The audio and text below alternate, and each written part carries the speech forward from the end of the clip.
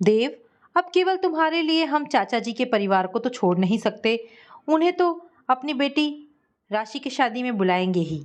बड़े भाई अजीत के पिघलते शीशे से ये शब्द देव के कानों से होते हुए सीधे दिलो दिमाग तक पहुंचकर सारी कोमल भावनाओं को पत्थर सा जमाते चले गए थे, जो आज कई महीने बाद भी उनके पारिवारिक सौहार्द को पुनर्जीवित करने के प्रयास में शिलाखंड से राह रोके पड़े थे।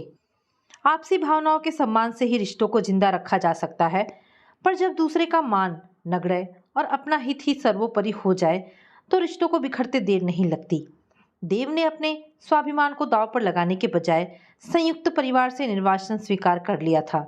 धीरे धीरे राशि की गोद भराई की तिथि नजदीक आती जा रही थी, पर दोनों भाइयों के बीच की स्थिति ज्यों की त्यों थी। और जब आज सुबह से ही अजीत के घर में लाउडस्पीकर पर ढोल की थापों की आवाज रह रहकर कानों में गूंजने लगी, देव की पत्नी आभा न चाहते हुए भी पुरानी यादों में खो सी गई। समय कितनी जल्दी बीत जाता है पता ही नहीं चलता। पता तब चलता है जब वह अपने पूरे अस्तित्व के साथ सामने आता है। कल तक छोटी सी राशि उसके आगे पीछे चाची चाची कहकर भागती रहती थी। उसका कोई काम चाची के बिना पूरा ही नहीं होता था, और आज वह एक नई जिंदगी शुरू करने जा रही है तो एक बार भी उसे अपनी आभा चाची की याद नहीं आई। शायद अब भी उसकी मम्मी ने उसे रोक लिया हो, पर एक फोन तो कर ही सकती थी। ओह, जब उन लोगों को ही उसकी याद नहीं आती तो वह क्यों परेशान हो। उसने सिर झटककर पुरानी यादों को दूर करना चाहा, पर वे किसी हठी बालक की तरह आसपास ही मंडराती रही। उसने ध्यान हटाने के लिए खुद को व्यस्त रखना चाहा, पर वे शरारती बच्चे की तरह उंगली पकड़कर उसे फिर अतीत में खींच ले गई। तीन भाइयों अजीत, देव व विवेक में कितना प्यार था। उसके ससुर आलोकनाथ जी पत्नी के ना होने की कमी महसूस करते हुए भी उनके द्वारा लगाई गई फुलवारी को फलता फूलता देख खुशी से भर उठते थे। उच्च पदासीन बेटे, आज्ञाकारी बहुएं व पोते पोतियों से भरे पूरे परिवार के मुखिया अपने छोटे भाई के परिवार को भी कम मान व प्यार नहीं देते थे, जो उसी शहर में कुछ ही दूरी पर रहते थे। हर तीज त्योहार पर दोनों परिवार जब एक साथ मिलकर खुशियां मनाते तो घर की रौनक ही अलग होती थी। उनके खानदानी आपसी प्यार का शहर के लोग उदाहरण दिया करते थे, पर ना तो समय सदैव एक सा रहता है और ना ही एक हाथ की पांचों उंगलियां बराबर होती है। आलोकनाथ जी के छोटे भाई भी प्रमोद जी उन्हीं की तरह सज्जन थे, परंतु सरकारी अफसर पति के पद के मद में डूबी उनकी पत्नी सुमित्रा जाने अनजाने अपने बच्चों में भी अहंकार भर बैठी थी। पिता के पद का दुरुपयोग उन्हें घर में विलासिता व कॉलेज में यूनियन का नेता तो बना गया, पर ना तो पढ़ाई में अव्वल बना सका और ना ही मानवीय मूल्यों की इज्जत करने वाला संस्कारशील स्वभाव दे सका। जीवन में आगे बढ़ने के मौके व्यर्थ के कामों में समय गवाकर वे खुद ही अपना रास्ता अवरुद्ध करते गए। बीता समय तो लौटकर आता नहीं। आखिर मन मारकर उन्हें साधारण नौकरियों पर ही संतोष करना पड़ा। संतान ही माँ बाप का सिर गर्व से ऊंचा कराती हैं। जब सुमित्रा चाची अपने जेठ आलोकनाथ जी के परिवार पर नजर डालती तो अपने बच्चों के साधारण भविष्य का एहसास उन्हें मन ही मन कुंठित कर देता, पर उन्होंने इसे कभी जाहिर नहीं होने दिया था। उन जैसे लोग अपने सुख से इतना सुखी नहीं होते जितना कि दूसरे के सुख से दुखी।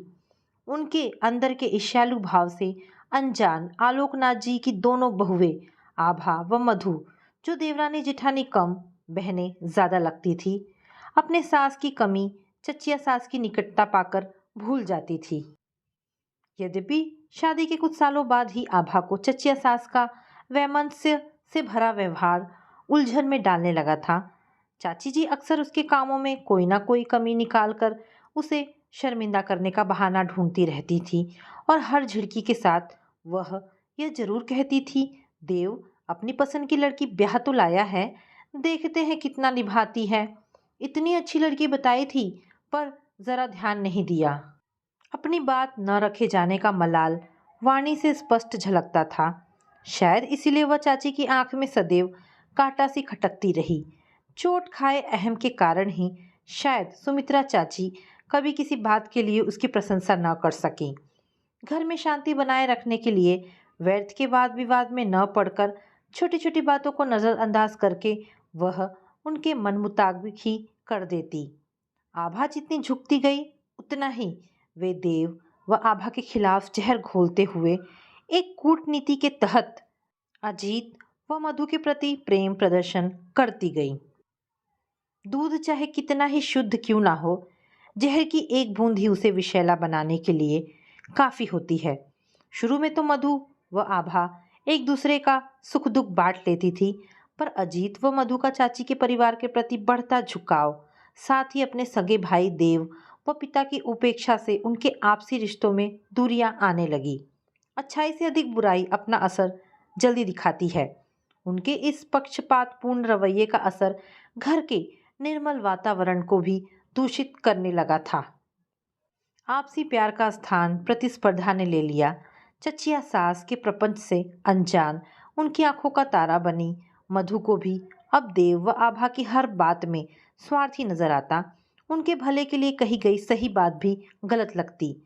कई कलाओं की जानकार आभा के पास जब जेठानी के बच्चे राशि और ईशान अपने स्कूल की हस्तकला प्रतियोगिता के लिए वस्तुएं बनाना सीख रहे होते तो खुद को उपेक्षित समझ मधु इसे अपना अपमान समझती। अपने बच्चों का उन लोगों के प्रति स्नेह भी उसे आभा का षड्यंत्र ही लगता। अब तो हर चीज मार्केट में मिलती है, खरीद कर दे देना। समय क्यों बर्बाद कर रहे हो तुम लोग, उठो यहाँ से और पढ़ने जाओ, कहती हुई मधु बच्चों को स्वयं कुछ करने या सीखने की प्रेरणा से विलग करती जा रही थी। आलोकनाथ जी घर में आए इस बदलाव को महसूस तो कर रहे थे, पर कारण समझने में असमर्थ थे। इसीलिए केवल मूक दर्शक ही बनकर रह गए थे। इंसान बाहर के दुश्मनों से तो लड़ सकता है, किंतु जब घर में ही कोई विभीषण हो तो कोई क्या करे। अपनों से धोखा खाना बेहद सरल है। कहते हैं कि औरत ही घर बनाती है और वही बिगाड़ती भी है।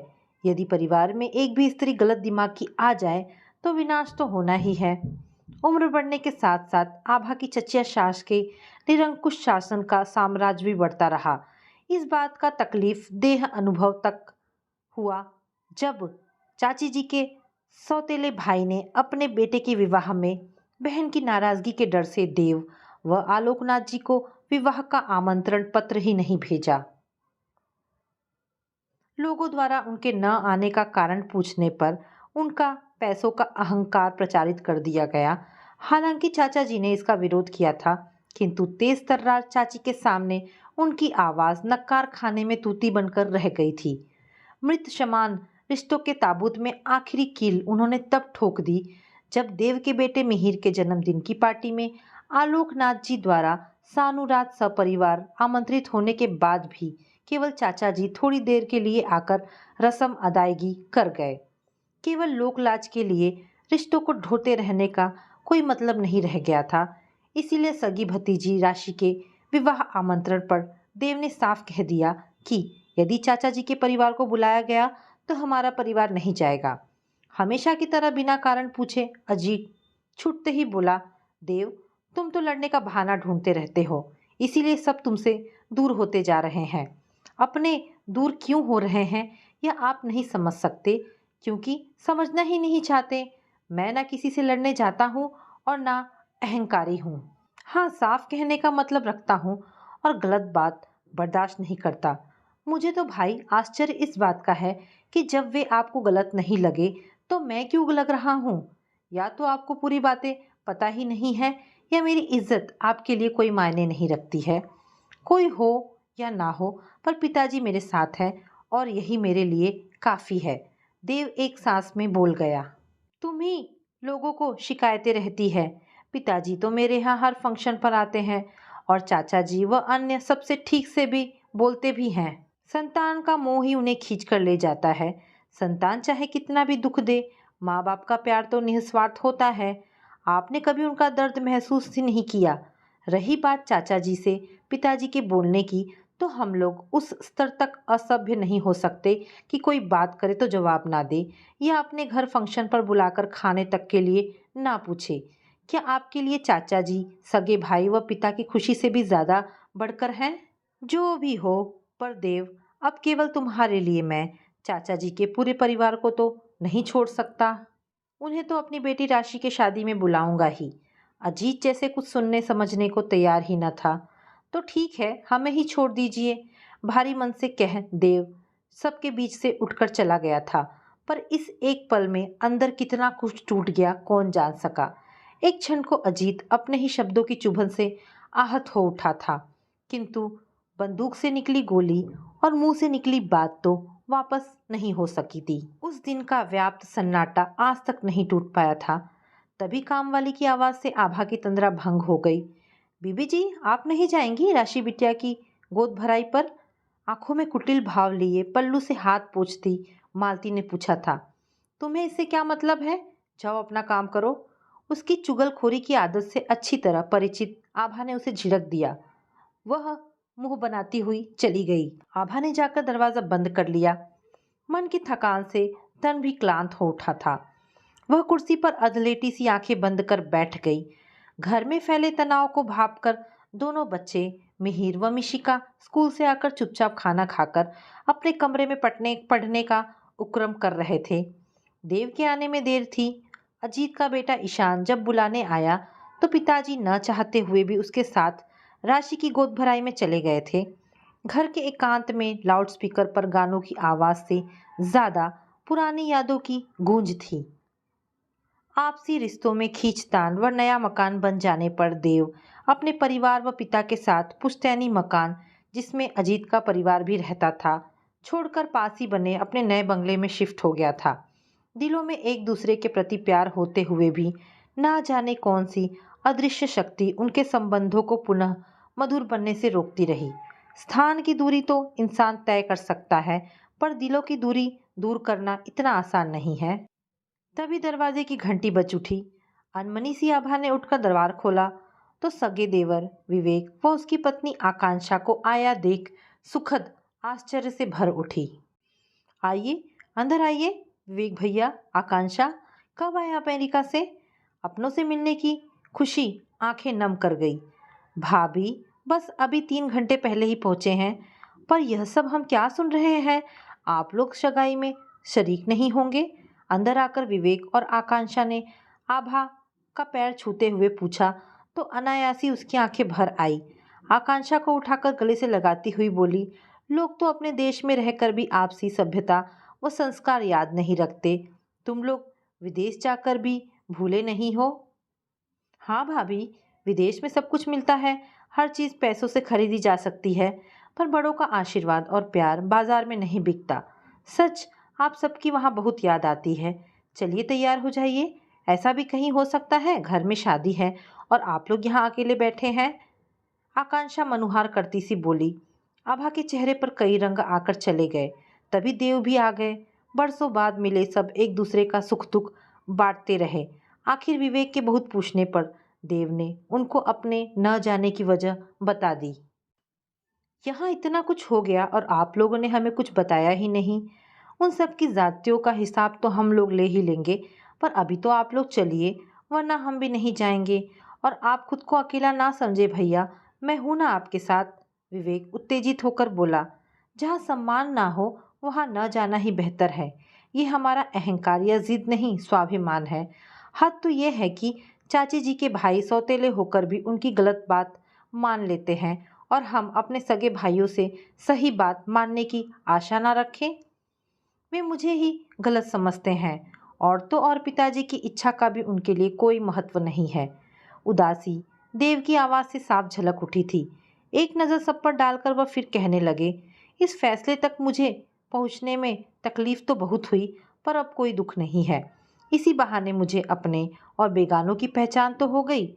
हम लोगों के जाने ना जाने से वहाँ किसी को क्या फर्क पड़ रहा है? एक बार भी किसी को इस परिवार की याद आई? आभा कह ही रही थी कि उसके कानों में राशि के ये शब्द पड़े। चाची जी, मुझे तो आपकी बहुत याद आ रही थी।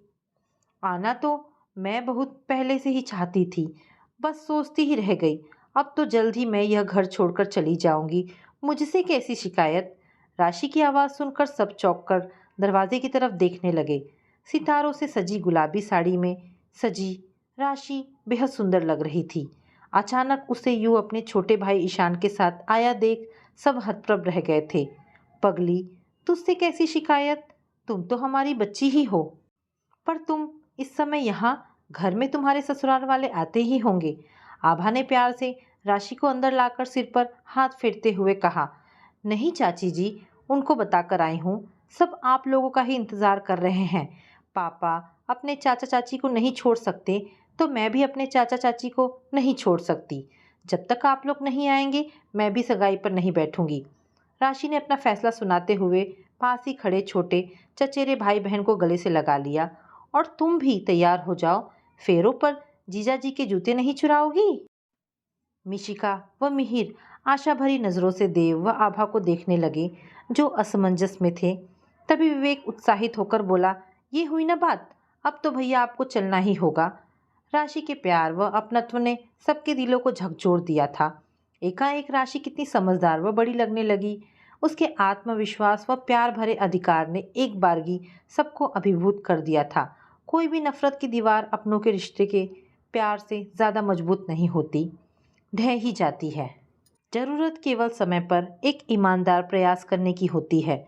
वर्षों तक हिमाच्छादित हिमखंड के अंदर बहते निर्मल जल के सोते जैसे अचानक राह मिलते ही बह निकलते हैं, यत्नपूर्वक अब तक रोके गए बहते आंसू ही उनके प्यार की अभिव्यक्ति बन गए थे।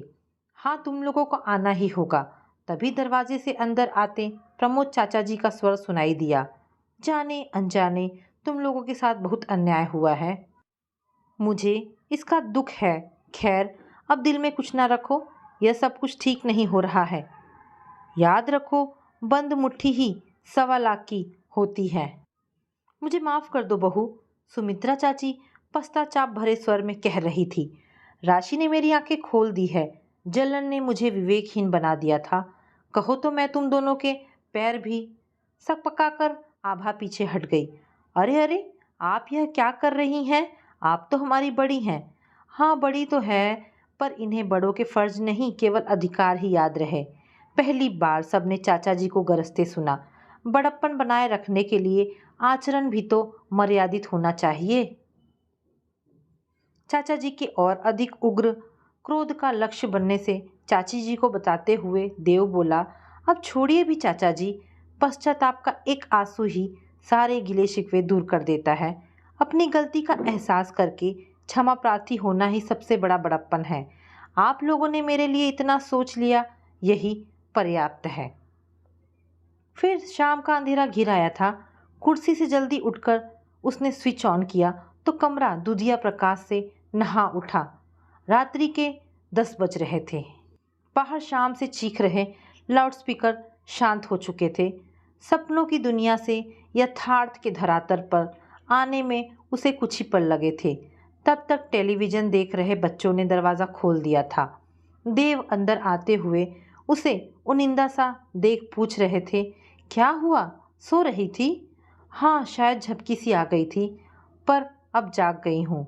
आइए खाना लगाती हूँ। रसोई की तरफ बढ़ती आभा सोच रही थी कि अवचेतन ने स्वप्न में उनकी आशाओं को मूर्त रूप तो दे दिया था, पर यथार्थ कितने कठोर होते हैं।